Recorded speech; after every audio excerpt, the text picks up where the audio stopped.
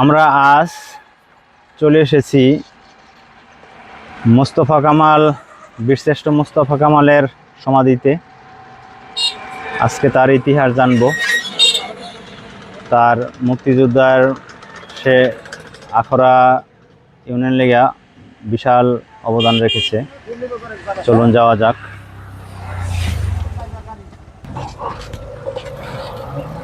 আসসালামু আলাইকুম।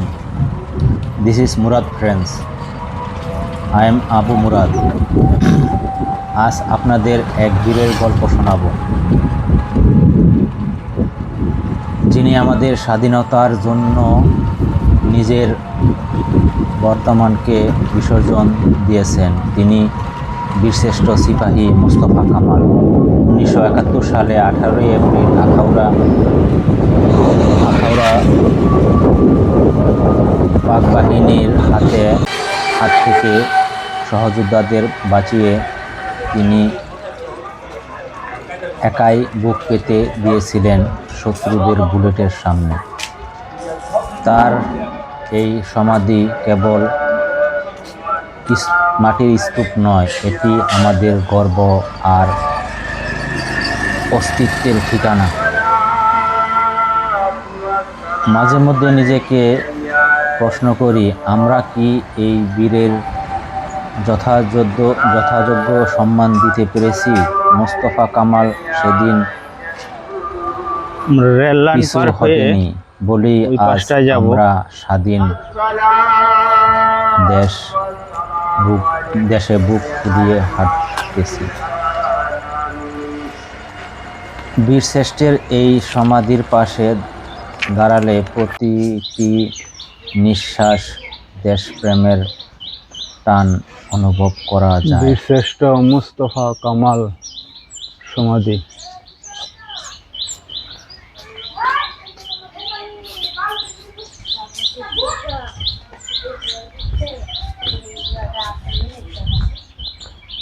সেলুট জানাই সেই অকুতোভয় আত্মাকে, যার রক্তে কেনা আমাদের এই পতাকা।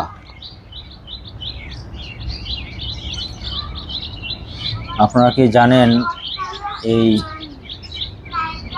সমাধিটি কার?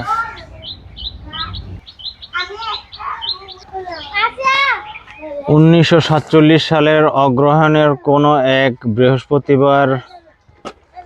বৃহস্পতিবারে এত নম্বর শহীদ সিপাহী মোহাম্মদ মোস্তফা কামাল বীরশ্রেষ্ঠর জন্ম হন। তার পিতার নাম হাবিবুর রহমান। তার জন্মস্থান বরিশাল জেলার দৌলতখান থানার পশ্চিম হাজিপুর গ্রামে। শহীদ সিপাহী মোহাম্মদ মোস্তফা কামাল এর পিতা ইস্ট বেঙ্গল রেজিমেন্টে একজন হাবিলদার ছিলেন। সেই সুযোগে কুমিল্লা সেনা ছাউনি থাকাকালীন সময়ের সৈনিক জীবনকে তিনি মনে প্রাণে ভালোবেসে ফেলেন। অবশেষে 1967 সালে তিনি সেনাবাহিনীতে ভর্তি হন। 1971 সালে 18 এপ্রিল যখন মুক্তিবাহিনীর আখাউড়া প্রতিরক্ষা অবস্থানে শক্তিশালী শত্রু বাহিনী আক্রমণ করেন, তখন এত নম্বর শহীদ সিপাহী মোহাম্মদ মোস্তফা কামাল ফ্লাঙ্ক লাইট মেশিন গানের 1 নম্বর সৈনিক মারা যাওয়ার পর লাইট মেশিন গানের দ্বারা যুদ্ধ করেছিলেন। তখন শত্রু সেনা প্রায় 100 গজের মধ্যে পৌঁছে ওই সময়ে কোম্পানির 9 জন সহযোদ্ধা শাহাদাত বরণ করেন, কয়েকজন আহত হন এবং তার প্লাটুনের অধিকাংশ পশ্চাদপসরণ করেন কিন্তু তিনি অবস্থান থেকে লাইট মেশিন গান পরিচালনা করে অনেক শত্রুকে আহত করেন। প্রতিরক্ষার উপর শত্রুর প্রবল চাপ লক্ষ্য করে কোম্পানি কমান্ডার পশ্চাৎপসারণের সিদ্ধান্ত নেন। ডন ফ্লাকিং থেকে সমস্ত শত্রুর ওপর শহীদ সিপাহী মোহাম্মদ মোস্তফা কামালকে কাভারিং ফায়ার দেওয়ার আদেশ প্রদান করা হয়। পরিস্থিতি অত্যন্ত জটিল আকারে ধারণ করে। ভূমির আড়াল দিকে সেনাশত্রু 60 থেকে 70 গজ দূরত্বে পৌঁছে গেলে কোম্পানির অবশিষ্ট লোক পশ্চাৎপসারণ করেন। শহীদ সিপাহী মোহাম্মদ মোস্তফা কামাল কাভারিং ফায়ার দ্বারা আক্রমণ প্রতিহত করেন। তারা কাভারিং ফায়ারের জন্য সমস্ত কোম্পানির পশ্চাৎপসারণকালে মাত্র 2 জন আহত হন। সবাই যখন পশ্চাৎপসারণে ব্যস্ত, একমাত্র শহীদ সিপাহী মোহাম্মদ মোস্তফা কামাল লাইট মেশিন গানের সদুত্তরে গর্জে উঠেছিলেন। ইতিমধ্যে শত্রুরা তাকে ঘিরে ফেলেন এবং আত্মসমর্পণ করার হুমকি দেয়। তিনি দাঁড়িয়ে আল্লাহু আকবার ধ্বনি দিয়ে বাঘের মতো শত্রুর উপরে ঝাঁপিয়ে পড়েন। তিনি ব্যতিক্রমধর্মী মনোবলের পরিচয় দেন এবং ঘটনাস্থলে শাহাদাত বরণ করেন। ইন্না লিল্লাহি ওয়া ইন্না ইলাইহি রাজিউন। ব্রাহ্মণবাড়িয়া জেলার আখাউড়া থানার অন্তর্গত দরুল ইন গ্রামে তার মৃতদেহ সমাধি করা হয়। দেশ মাতৃকার মহান সন্তান হিসেবে তার অসীম সাহসিকতার যুদ্ধক্ষেত্রে আমাদের সকল সৈনিকদের মনোবলের প্রতিফলন। শহীদ সিপাহী মোহাম্মদ মোস্তফা কামাল দেশের জন্য সর্বত্র ত্যাগ স্বীকার করে দেশপ্রেমের যে অপূর্ব দৃষ্টান্ত স্থাপন করে গেছেন, ইতিহাসে তার স্বর্ণ উজ্জ্বল হয়ে থাকবেন। তিনি মহান স্বাধীনতা যুদ্ধের 2 নং সেক্টর অসীম সাহসিকতার সাথে যুদ্ধ করেন।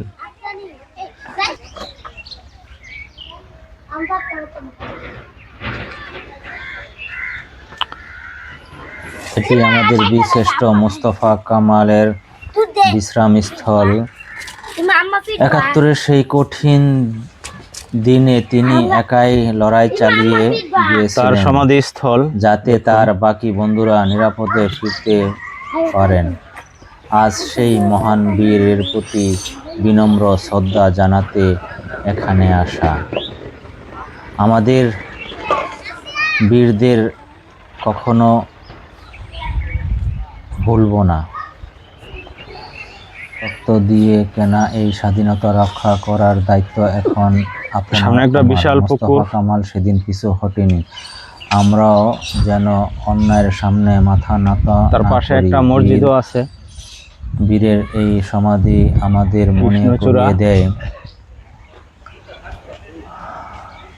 দেশ সবার আগে।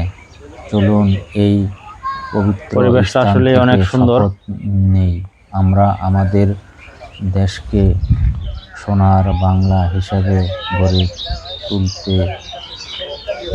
তুলবই। এক সাগরের রক্তের বিনিময়ে অর্জিত এই স্বাধীনতা। মোস্তফা কামাল এই সমাধি কেবল ইতিহাসের অংশ নয়, এটি আমাদের দেশপ্রেমের বাতিঘর। এই মাটি, এখানে আরো 2টা কবর দেওয়া আছে। কোনা মিশে আছে জানা নেই। দেশ আজ বীরদের, তার জন্য আমরা বীর দোয়া করব সবাই। গাথা স্যালুট জানাই সেই অকুত ভয় বীরকে। ভিডিওটি ভালো লাগলে শেয়ার করে সবাইকে জানিয়ে দিন এই বীরের গল্প। এই বীর আমাদের সোনার বাংলায় এনে দিয়েছে। এই দেখুন তার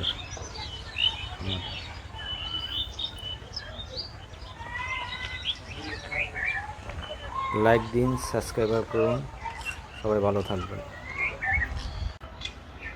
আপনার এখানে এসে কিরকম অনুভূতি হচ্ছে? অনেক ভালো লাগছে। এটা তো আমাদের পার্শ্ববর্তী থানাতেই। এখানে আরও আমি অনেকবার আসছি, গুট্টু ভাইকে নিয়ে আসছিলাম। উনি তো দুনিয়াতে নাই, ওনার জন্য দোয়া করি আল্লাহ যেন ওনাকে জান্নাতবাসী করে। আরও দু একবার আসছি। এখানে অনেক ভালো লাগে। আমাদের দেশের জন্য যারা জীবন ত্যাগ করেছে তার মধ্যে এখানে একজন আছেন বীরশ্রেষ্ঠ মোস্তফা কামাল। এই আর কি, অনেক ভালো লাগে। থ্যাংক ইউ ভাই। আসলে আমরা সবাই তার জন্য দোয়া করব। আমাদের দেশের বীরশ্রেষ্ঠ সন্তান, সে শহীদ, আল্লাহ তাকে এমনিই জান্নাতবাসী করবেন। তারপর তার জন্য বেশি বেশি দোয়া করা। আল্লাহ হাফেজ।